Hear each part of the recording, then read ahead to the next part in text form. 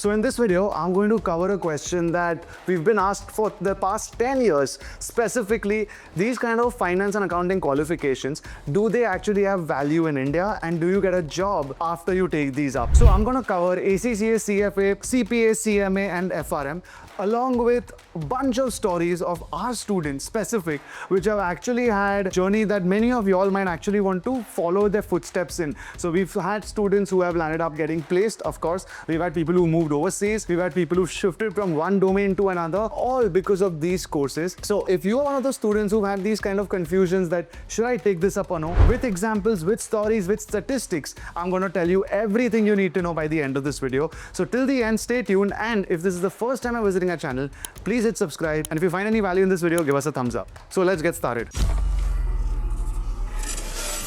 According to Financial Planning Standard Board, there are actually 46 lakh jobs in India in the finance sector, but 18 lakh of them remain vacant.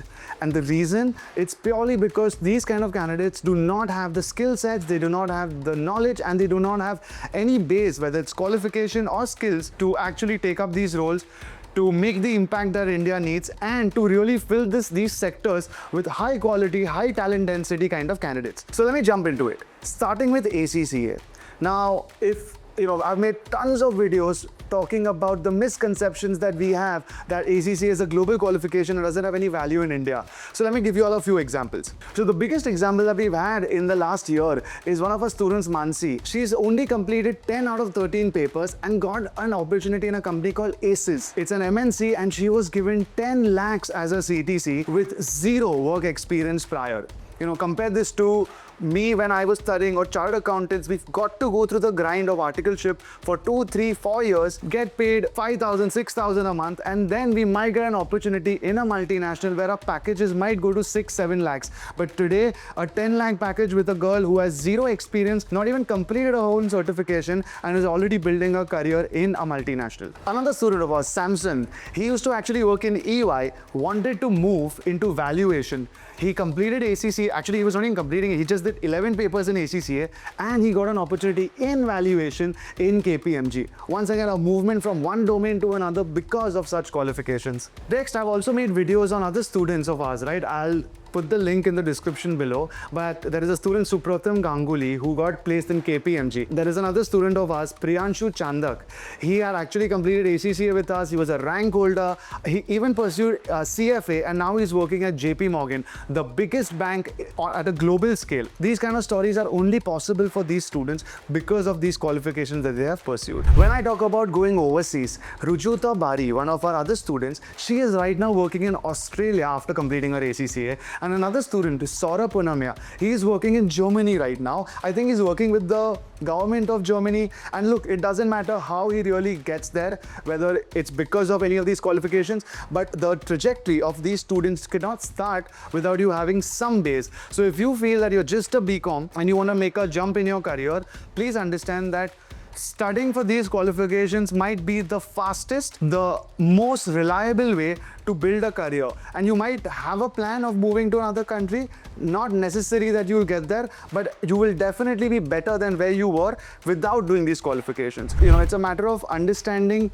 that these kind of qualifications will never guarantee something, but without actually completing these qualifications, you're completely betting on your future, not really planning for it. Next, let me tell you guys about CFA. Now, according to the country head of CFA Institute in India, the CFA candidates actually have a real edge.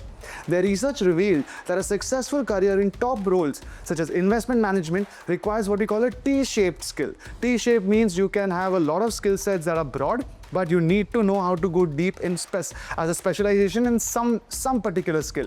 Now, while an MBA offers broad knowledge across segments, CFA provides a deep understanding of products, their evaluation, client suitability, which is crucial for leadership and career growth. Also, according to CFA Institute's 2024 India Compensation Survey, I'm going to put a link again to everything below. CFA charter holders, which means you have to complete all the 3 levels, and of course you have to complete 3 years of work experience, they earn an average of 44.4 lakh rupees per year. That's 192%, almost 200% jump from just the level 1 salaries. And in contrast, many mid-tier MBA grads in India start with packages between 8 to 15 lakhs. I'm sure everybody knows a lot of students who've taken up MBA from tier 2 colleges, institutes.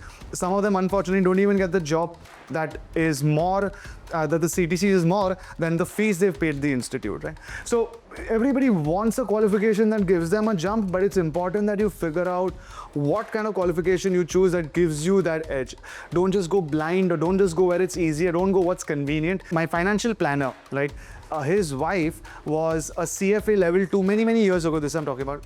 So it's grown since then, but even years back, she was a level 2.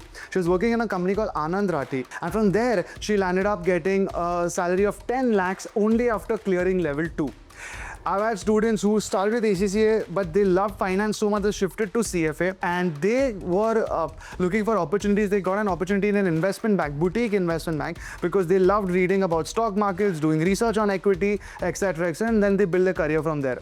Another student of mine I talk about a lot is Neil Merchant. Again, he studied ACCA, studied CFA, worked in a company called Deloitte, and today he runs his own investment bank. And I think he did a deal. He raised money for a company at $120 million valuation. And imagine, as an investment banker, you earn a percentage of that value. You can think about how much return you can generate just through one transaction if the base that you build is strong. Finally, when I talk about some faculty members of ours, we have Aman Singhania, who is the Vice President of Products at National Stock Exchange, who himself is a CFA plus FRM. I don't even know what this CTC might be, but you can imagine that once again, the pathway to getting into these top roles can start if you take up one of these kind of qualifications. Once again, guys, we made tons of video on all of these qualifications. There's a mega series actually we made this year talking about each of at least what qualifications we understand and we know have value. We made them in depth. So along with this video, please have a look at that as well. Now let me tell you all about US CPA, the CA of US. Now I've had students who have landed up completing CPA, pure CPA, right? Because you have to graduate to even be eligible for CPA. So by the time you are a qualified CPA, you ideally should have a year or two of experience in your belt, and you'll end up working in the top American companies. You can go range from Apple to Amazon to Capgemini, so on and so forth. I've had friends of mine who are chartered accountants and then did US CPA, and they've landed up moving to countries like Canada, and I think they've started their own practice. They started working in another company, but over time they move and they start their own practice. So again, with CPA, right, whether you want to work in India, whether you want to work overseas, all of this has potential by you studying here in India. Most of the time you can do it digitally, and the beauty of these qualifications is that these are not like, MBAs where you are stuck for 1 or 2 years in the campus. Here you're studying at home and you can work as you learn, or you can attend college as you're building your skill sets. Nothing is sort of restricting you except your own effort. So by the time you're done, you not only have the work experience if you're working, or a college degree if you are studying that, but you also have a professional qualification which is global in nature that sort of springboards your career into whether it's here or it's overseas. And now coming to CMA. CMA, listen all guys, please understand there is CMA India, CMA US, we're talking about US. CFA US has had an explosion in India since the pandemic, and I don't know what the real reason. I don't think even CMA Institute really knows why it exploded, but I think Indian students were looking for multiple qualifications to sort of enter into the field of finance and accounts and have a global qualification, maybe even US backed. And I think CMA has that sweet spot where you can actually complete a qualification in approximately a year if you're on track, and yet you can get the value that is close to a chartered accountant or an ACCA, and you can also open your doors for overseas. So now Azhar Ali, one of our students, is currently working in Shapurji Palanji in Saudi Arabia as a finance manager after completing CMA. A student actually wanted to self-fund herself, didn't really have too much of knowledge around her regarding what is the best career path, what is CMA, what is the best international opportunity, did her own research, got an opportunity, and then because of CMA, she completed CMA in a year and then got an opportunity in a company called Genpact at a salary package of 5 lakhs. And it might sound unbelievable, but with having no background, no real prospects, somebody who can actually work her way through digitally complete an international qualification and open up a doors in an MNC. I think that's kind of story is what happens when you take up qualifications like CMA. I can give you all multiple other stories, right? There's a student, Sagar Thorat. He is working in a company called KNAV. I don't know, I'm sure many of you must be knowing it's one of the top 10 CA firms in the country. Because of CMA, he's again getting an opportunity at 6 lakhs. And once again, another student, Nihar Bhatt, he's working in Canada, once again, purely because of CMA US. So this kind of qualification has global appeal, not just in India, not just in US, but you can also move to countries like Saudi Arabia, Canada, so on and so forth. Now, let me tell you all about a final qualification, FRM. FRM for many people sounds more like a value-added qualification, something that you do generally along with CFA or even CA. But I have a bunch of stories of students only because of FRM their career has picked up. So let me tell you about a student. Her name is Venus. She was a BCom student who had basically started a career in audit, but she knew that she wanted to get into valuation again. So with that, she took a step, started pursuing FRM.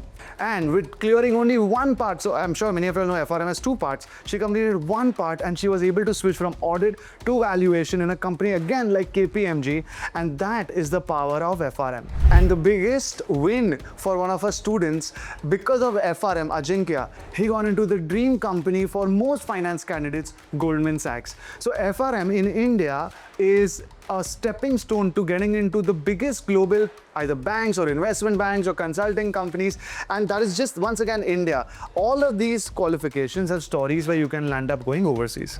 So guys, if you found any value in this video, then please feel free to put other comments. We can share any other details you'd like with you. If you want to know if this is the right option for you, please feel free to reach out to us. I think we can have a lot of counseling done whether this is the right option for you or not.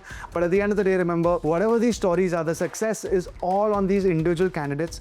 If you think that it's just a shortcut, it's not going to happen. But the more effort you put in, the more willing you are to study and put in effort in the market to prove your value first without expecting too much in return. I think the returns start coming, and when they come sort of as a hockey stick effect where you will not be able to digest how far you've come in how short a time, just because in the beginning you put all your effort into building yourself with these qualifications, with these kind of skill sets.